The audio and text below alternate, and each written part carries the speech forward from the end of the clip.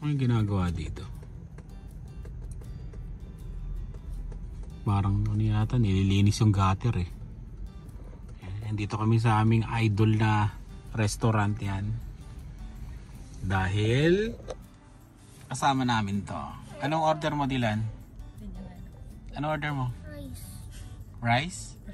Fried rice mo, ano? Shrimp rice. Shrimp rice. Yan, paborito niya yun eh. Ang kanyang shrimp rice.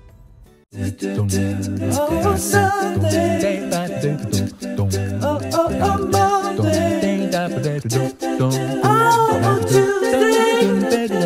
Oh, Tuesday. Oh, Wednesday. Oh, Thursday. Oh. Dito? Ewan ko, nakalimutan ko. Ang dami kong kinakausap eh. Hindi sila busy. Anong araw ngayon? Thursday. Mga gantong oras, 5:18, di pa sila busy. Ayan. Kasi ano, sabi niya 15 minutes okay na daw yung pagkain eh. Madalas ano yan eh, mga ano ba to? 25 to 30 minutes pag nag-order ka online. Ayan. Suot ko nga pala yung ano, Spot Pinoy t-shirt ha. Ayan ha. Order lang kayo pagka gusto nyo yan, Spot Pinoy. Meron na rin kay Rice. Kung taga Quebec kayo, yon pwede kayo umorder kay Rice, pwede nyo pick upin. Si Rice mismo magdi-deliver sa inyo. May binigay akong 20 t-shirt yata sa kanya. Ayan.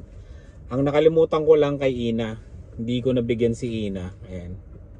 Kaya sabi ni Ina sa akin, padala ko na lang daw na marami sa kanya para kung may order sa kanya doon, di ba? Ayan. Pero kung dito, ayan, kung saan kayo, Calgary, Edmonton, yan, order kayo dito sa akin. Message kayo sa Spot Pinoy na ano, na Facebook page. Facebook Spot Pinoy, yun. Message lang kayo doon. Tapos yun, waiting lang kami dito.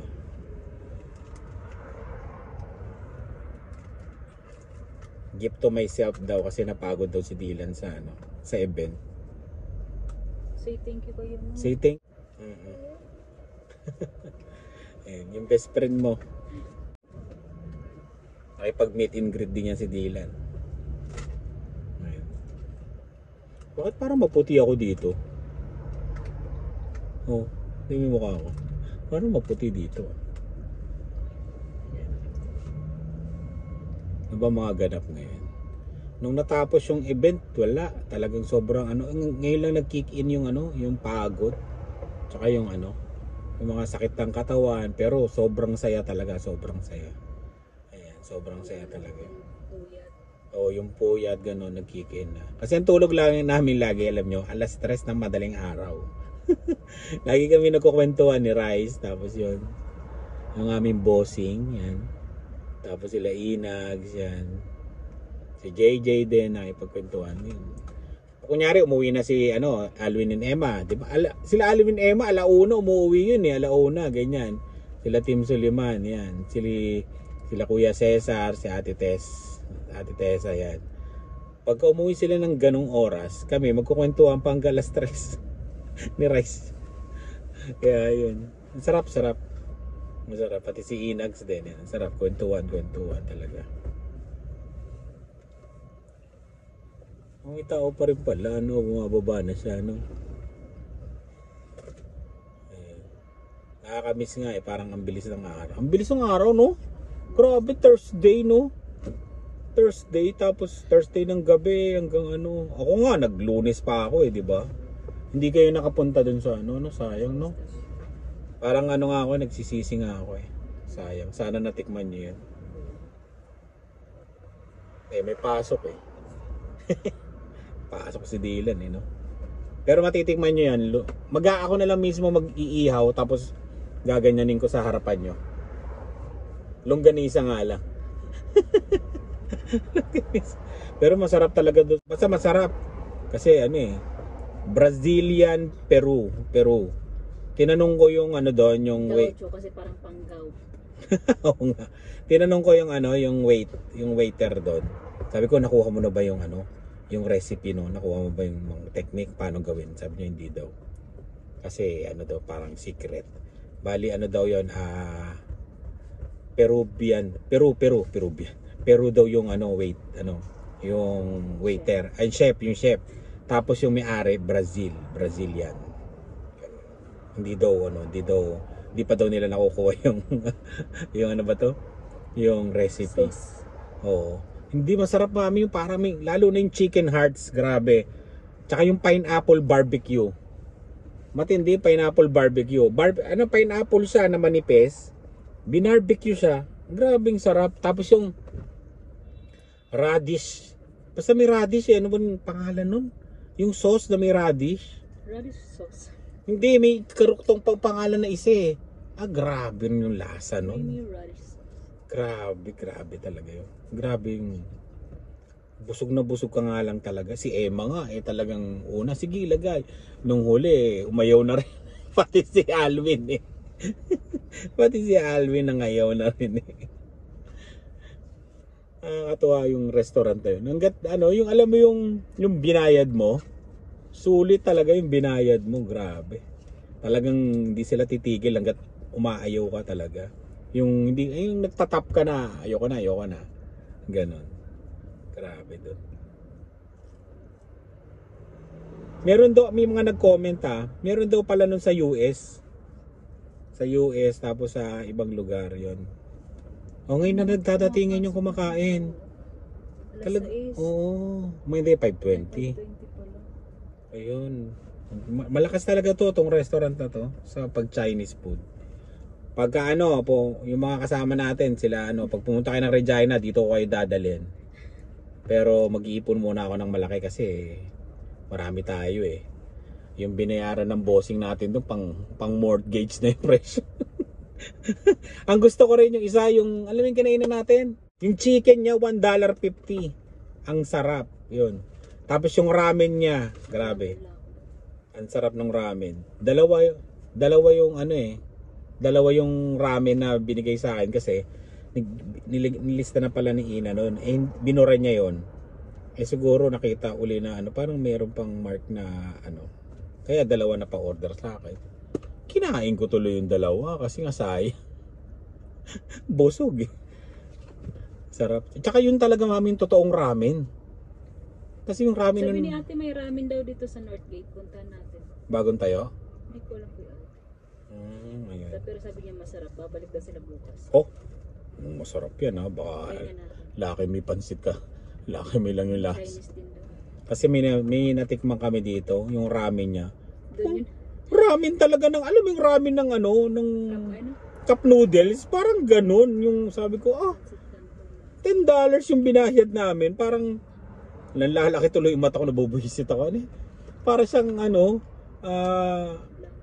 oo, para siyang laki may instant noodles, ganun. Matalsik palaway ko sa gigil. Ayun, ganun. Hindi ko na lang sasabihin yung restaurant sa Regina na yon. Pero mga taga Regina yung message na lang ako. Pero sabi daw Korean daw yon. Pero tinanong ko yung dati kong Korean nakatrabaho kung authentic daw yung mga luto nun. Sabi niya hindi daw. Kasi kinikater daw nun mga international na hindi na daw yung authentic Korean talaga.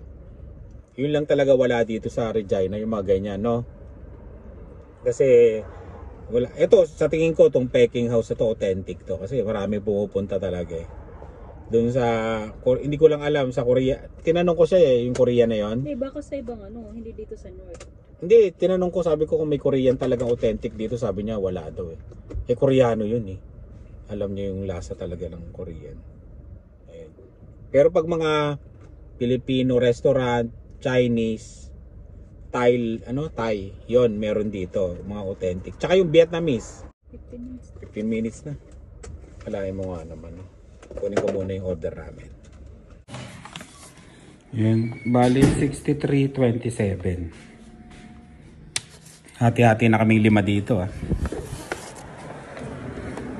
Ganun lang siya. Malaki yun sa gilid lang kasi napakita ko eh. May kumakain pa kasi sa gilid eh. Pero siguro kaya dito ng 100 or 80 person. Yun.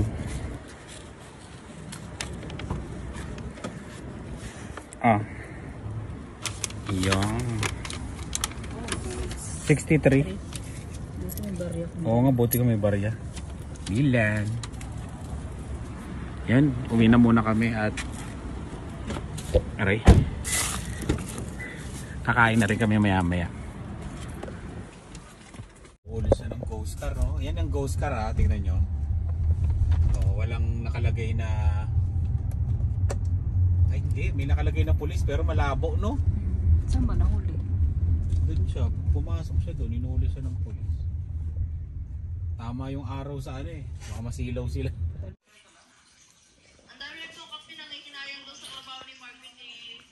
Ito, ang ingay naman ito ni Crystal. Binablog eh. Hindi, joke. Ito, tingnan nyo. Andito na si Marvin, oh. Marvin. Guys. Oh. Nasaan? Sino to? Oh. LDR. LDR. Hindi ko na daw papupuntahin ni ano dito ni Marvin. Diyan ka na daw. Meron nga, may nag-comment nga kuya, maghahanap daw si Marvin dyan ng puti, tapos i-divorce daw ako. Para i-CPR daw si Marvin. Ah, ganon? Wala nang Sabi ko, balikan choice yun. niya. Choice niya. Choice niya yun. Pwede rin naman akong humanap eh. Wow! Exotic, no? Wag mo na, wag nang balikan yan. Wag mo. Huwag nang balikan. Huwag nang balikan. Balik kakampi ko, kakampi. Yan. Ako sa mga basher. Lumabas sa marami kayong basher ngayon, no? Bakit kaya, no? Dami nga, sobrang dami. Dahil sa paglipat. Oh, ano Marvin? Ano, sabi 'di ba may nagsabi na ano na ano daw? Buhay. Hindi, walang buhay ang Regina, Guys, ano? hindi totoo. Kasi nagsasakyan ako. Nilibot ako ni Pastor noon eh. First day ko. Ang daming kainan. Ang daming kainan. Yung play. Yung downtown, iba lang talaga sa Toronto kasi talagang well-developed na yun, di ba? Pero marami pa rin. May mall. May McDo pa rin. May mga Walmart pa rin. May Costco pa rin. Ganyan. Tsaka yung gas dito mas mura kuya. 'Di ba? 131 lang. Ayun yung nagsabi na ano, walang buhay. Nabasa pa nga ako, nakakabobo daw dito eh. Hindi Ba, ah. tagal ko, siguro ano, 11 years na akong bobo dito. Ang daming bilihan naman. Oh, yung talagang puro farm. Yun, hindi naman. Oo, di ba? City. City to, kasi Nabasa nga. small nga lang. Comment. Oh. Kasi nga may parang hindi daw pinag-isipan yung partipa, tapos ganyan-ganyan. Eh di honor student si Marvin, kaya pinag-aralan yan bago sila decide lumipat. May nag-comment na madami daw siyang madami daw mga genius, matatalino na walang common sense daw. Tapos may nag-comment, pinaparating mo, walang common sense si Marvin. Halo-halo na sila sa Sorry, ah. comment ngayon. Sorry. Nagbabasa ako ng comment. Nag-aaway-away na sila. Nagka-away-away din sila. Sabi ko nga huwag niyong pansinin yung comment. Buhay niyo yan. Kayong dalawa ang... Future pa rin namin. Oo. Kaya namin. Oh. Kayong dalawa yung magdi-decide. Kung sa kanila hindi okay, sa inyo okay, hindi naman sila ang titira. Kayo ang titira. Totoo yan. Di ba? Tsaka, hindi, Kami lang din nakakaalam kung ano talagang sitwasyon namin ngayon. tsaka naman pera naman natin ginagamit natin. Hindi naman pera ng Hindi iba. naman nila pera eh. Oh, Pero isa pa thank yun. you mga basher sa panonood. Oo, lumalakas. Magkano na sahod, Crystal? Secret! Salamat. Thank you, may pamasahe si Marvin pang plane ticket. Pasok pa, basher, no? More basher pa, para may pangkain naman siya. Hindi, pakain naman yung Kuya Toto, be. Hindi pa yun. Ayun. Ganun lang yun. Pero at least, di ba, nagsasabi sila. Pero yung iba kasi masyadong exaggerated eh. Exactly. Pwede naman pwede naman magbigay ka ng opinion mo, pwede kang sabihin mo. Pero hindi yung ganun na sobra, di ba? Masyadong, Iba na eh. Panindad din kuya eh. oh, iba na yung Naninira na talaga sila ng lugar kahit sabihin mo. Hindi naman sila tumira doon, parang bumibita lang. oh, di Kasi ba? yung iba namang nagko-comment ng mga nataga sa Saskatchewan, sabi nila, maganda naman buhay doon, mas malaki nga daw naiipon nila, madami rin naman daw bilihan. Madaling mag-long drive papunta daw sa Calgary, Alberta, Manitoba, kung gusto ko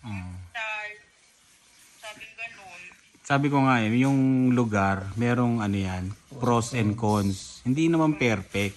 Itong Regina hindi to perfect, pero magandang magsimula dito.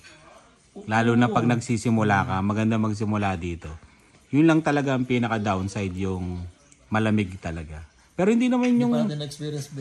pero hindi pa yung ano eh, hindi naman yan kunyari magma-minus 40 ng 6 na buwan. Hindi naman ganoon. May ano lang Siguro yan. inisip ng iba ko yan. May time lang na 1 week, 2 weeks na sobrang lamig tapos biglang bababa na uli yun. Ganoon. Hindi yung the whole 6 months, 7 months na minus 15, minus Minsan sila 30. mag-isip eh. Oo. Hindi ka naman titira sa labas eh. Ganon. Kaya depende talaga. Sabi ko nga yung lugar hindi naman para sa lahat. Oo. Di ba? Tsaka sana sila sa Toronto na downtown yung talaga. Oo, kasi nga Oo, ganun din. city. Sana maraming tao, ganyan. Tingnan nyo ngayon dun sa Toronto, yung mga napapanood nyo sa news, yung pila-pila yung walang trabaho, di ba? Eh dito, Secret, no? Sayang. Marvin, dami na. Sayang. Wala na. Sayang. Ay, wag. Silent lang, silent. Silent. Kaya yun, depende talaga sa'yo, depende. Ayan. So, isipin nyo yung car insurance. Oh, magkano dito? Kakilala namin, 169 lang. First time driver yun Magkano sa Toronto yun? First time driver, mga 500 lang. Grabe, no? 400, 500. Sobrang mahal pa rin. Insurance, yeah. Yung isa naman kakilala namin kuya na galing Toronto na pumunta din sa Saskatchewan. 90 lang yung car insurance nila. Oo, di ba? 90.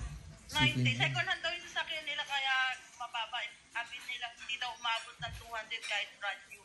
Sacrifice namin yung mga magandang buhay sa Toronto kaysa Di ba? makapag-ibon naman, Ben, no? Ano bang... Sabi na lang. Oo, travel. Yung ginagawa namin, di ba? Mas maganda na. Yung ginagawa namin. Ayun. Saka namin pwede naman kami bumisita sa Toronto kuya eh. Anytime. Oo. Eh, bahay pa tayo dito kung sakali din. Eh, doon wala tayong bahay. Ako, Bicolanong Layas. Lagi si kuya pumupunta si Toronto kasi nga sabi niya malaki nga doon eh. Sa Saskatchewan. Pwede siyang mag-flight Toronto kapag gusto niya bisitahin yung family niya. Magkano lang naman. Kaya depende talaga. Kaya maraming nanonood sa inyo ngayon, maraming nag-aabang. Ano ba yan? Nag-aabang maging successful kayo o nag-aabang na mag-fail? Hindi natin alam. Kaya yun. Kaya nyo yan, kaya nyo yan. Kami nga kinaya namin eh. Positive lang talaga. Oh. Magpaalam ka na Be, paalam ka na, be. sa mga At guys, huwag niyong kalimutang mag-like and subscribe saka yung comment ninyo, very thank you. Talaga sa mga support, kahit mga basher. Meron uli si Marvin pang rent ng sasakyan.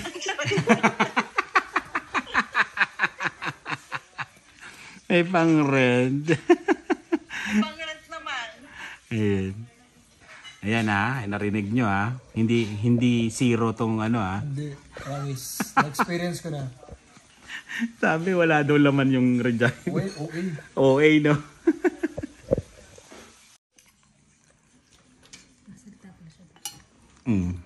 Kumakain tayo habang pinapanood natin si Crystal. nasa Dalarama siya. Yung sa ulo-ulo namin yung STC na yan. Araw-araw kami nandiyan. Kain tayo. Dito, tingnan mo. Tapos ito yung original. Parang bude. Ayan yung original. Ito yung peke. Nasa TV. Ay, Tuesday yan. Tuesday yan? Tuesday yan. Bilis na manuno. Sabado na uwi ka na. Ang bilis no? Sama lang na pastor ng Monday. Tapos biglang Ang bilis original. Original. Ito original Kuha tayong jacket. At magpapapicture tayo sa Northern Lights. Malakas ngayon. Kulay pula. Pulang-pula. Yan. Dito tayo sa may school. Saan? Ayun, nakaka-picture ko lang. Ayun siya. Hindi lang kasi makitagawa ng light na yun. Doon tayo sa may school. Yung walang ilaw na. Doon tayo sa may school. Tara. Para open. Northern Lights. Mga Northern Lights gang. Swerte ni Marvin Kararating lang Kami 11 years. Ngayon pa lang kami magpapapicture. Kasi nga hindi namin matimingan, laging tulog yung mga bata. Ayan. Ayan nakakita kami. Tingnan nyo namumula, di ba? Grabe oh. Pulang-pula. Hindi siya masyado ma-justify pag nagbibideo. Pero pag na-picturean mo, papakita ko mamaya yung mga picture namin. Oh, grabe oh. Oh, hindi kita masyado. Hindi, ito kitang-kita sa ito, oh, sa mata oh, ito. Yan, kitang-kita oh.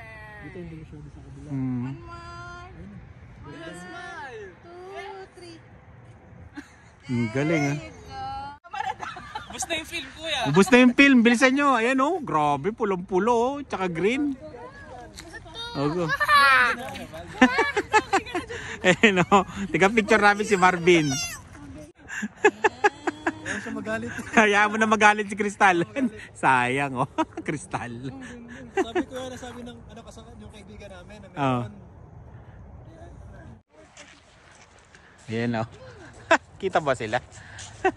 Ayan, nawala na. Buti na lang umabot kami. Expired na. Ayan. Ito ko yan, sabi ng kaibigan ko. Oo nga. Kung hindi natin nakita. Hindi natin nakita. Nasa labas lang ng bahay eh. Wala na no? Kanina no? Pulang-pula no? Oh, buti na lang naabutan natin mga kaibigan. Uwi na kami. Kung natulog ka ng mabilis, hindi mo naabutan. Buti na lang nagpuyat ka ngayon. Ano oras ba? Ano oras na ngayon? 9? 8:30. Yun. Kung natulog, wala na nga eh no? Buti na lang. Oo, wala na oh. Wala na no? Oh, di ba? Galing natin, timing.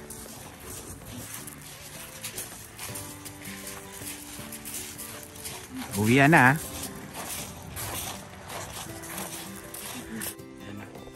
Tapos na mag-aurora. Uwi na, uwi na.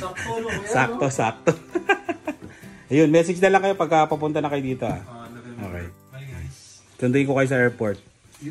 Oh. Yun, ingat, ingat.